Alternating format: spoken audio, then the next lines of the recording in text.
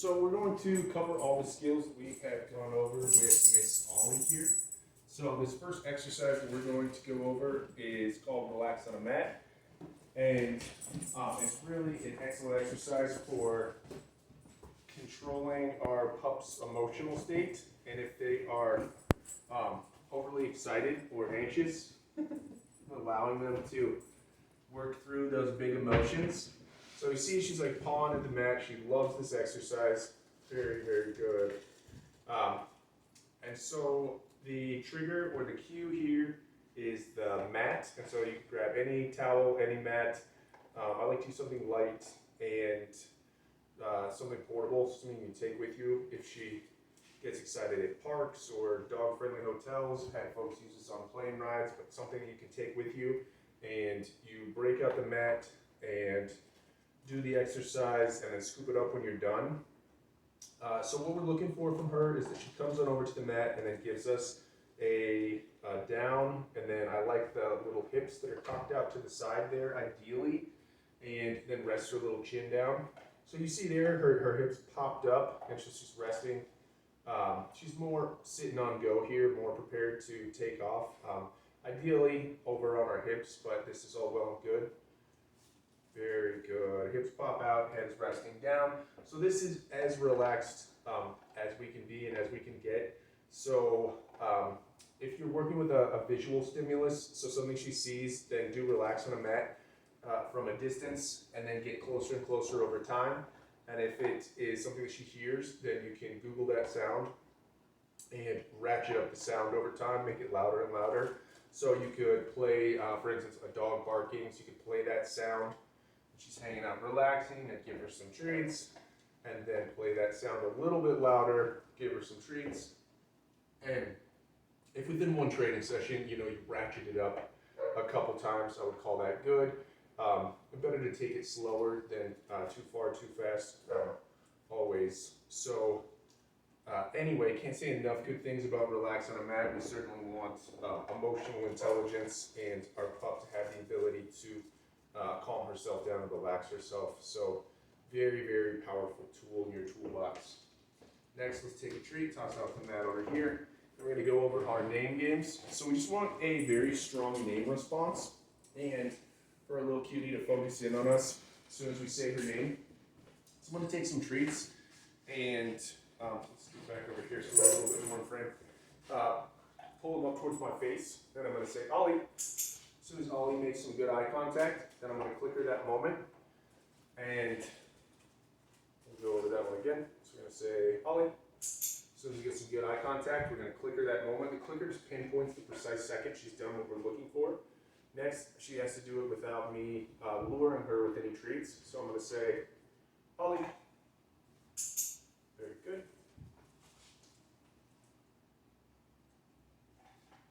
Ollie. Very good.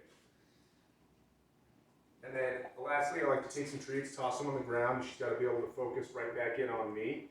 So as soon as she looks in my direction after I toss a treat on the ground, I'm going to clicker that moment. Ollie.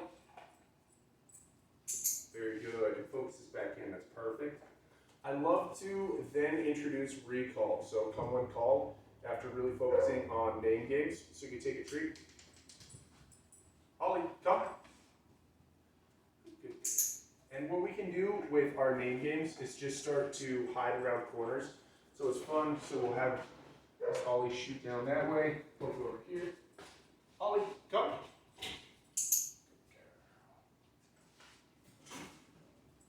Drop one over here. Go the other way. Ollie, come. And also, you can start to tweak the two D's, are distance and distraction.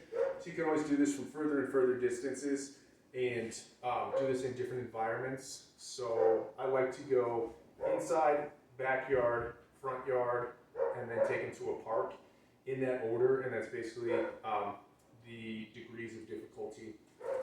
Ollie, come. Good girl. Ollie, sit. Good girl.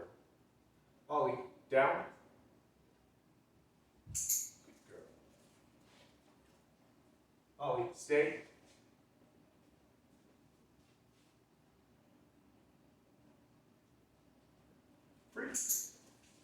Very good. So free is her command that lets her know she is finished, and that right now I'm giving her free, and then also a click, let her know she is done with her mission on that one. So the only thing we can do, add another D with our stay is duration, so you stay back for further longer lengths of time. So another way to make it more difficult, so distance, duration, and distraction with regards to stay. So this next exercise is our anti-jumping exercise. It's called space, and that's the command. So when she's coming towards us, we want her to be able to stop shy, and if she's in a little personal bubble, then we want her to be able to back up. So we like to use it as a preventative measure, and I'm going to try some from the front, and some from behind, and basically make like a little bubble around myself. Ollie, space. Perfect. So you'll notice that she gave me a sit there, and that's fine, and I really like that, but not required. As long as she's stationary and outside of my bubble, space. Perfect. So like that, where she's just standing on all fours. That's all well and good.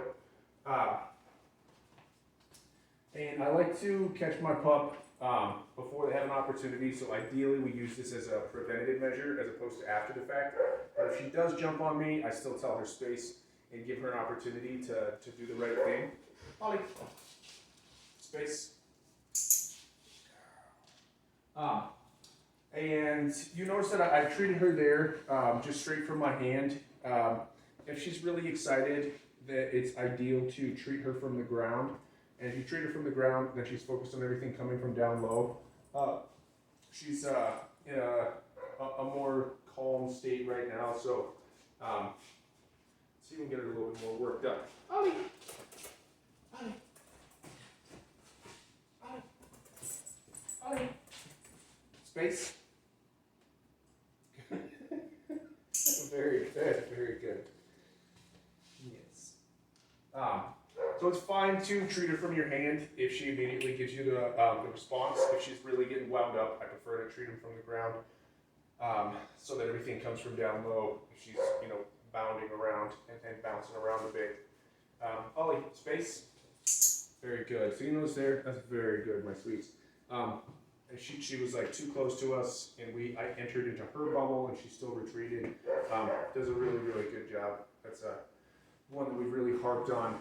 So with this one, just remain consistent, and it'll start to taper off. So it's really, completely tapered off for us. At home, she's going to need some initial reinforcements, but really just stay consistent with space. Every time she's going to want to jump up, and that behavior will taper off. Ollie, touch.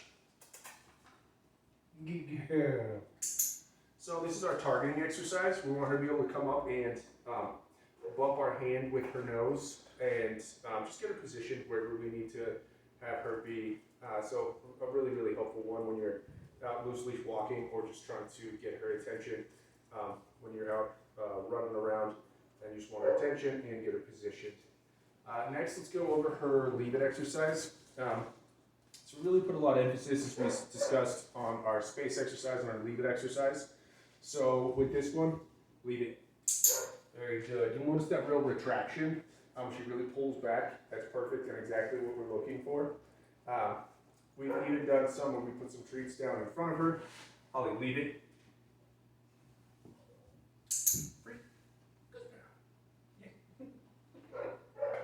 Yeah. And then we'll put some treats down in front of her, and then she will still leave those alone, which is very, very good. I encourage you to work with some different items as well, and that can help her make the distinction, regardless of whatever the item is that she needs to leave it. So we've got this little stuffy here, leave it.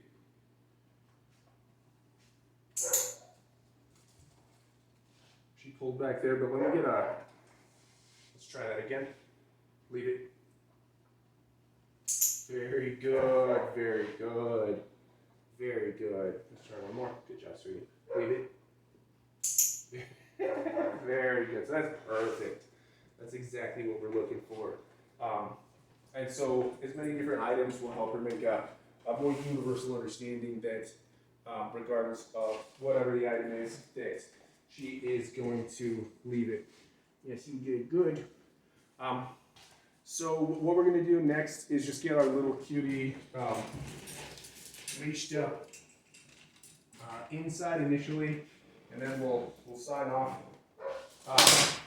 and then get her leashed up and go zip around outside.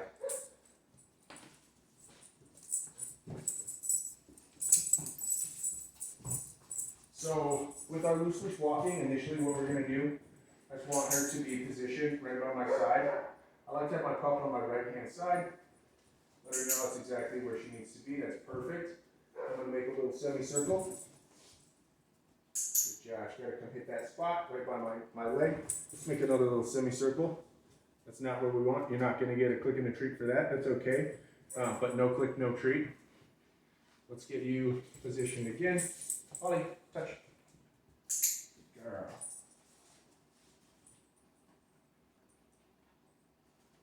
Semicircle. Good girl. Little semicircle. Good girl. Semicircle. Semicircle. Semicircle. And we're going to take a couple steps this way. Very good. Couple steps this way. Good girl. So what we're really trying to get across right here is that positioning. So we're not going to ever walk our dog inside. Well, she's got a real clear understanding that this is where she needs to be positioned, right by my side. And everything else is much more easy peasy. So we need her to work in an easier environment so that when we do take her to a more challenging environment, she's got a real clear understanding of what we're looking for. And it's a lot easier. Good girl. Perfect. All right, well, we'll sign off here and then get our little cutie up front.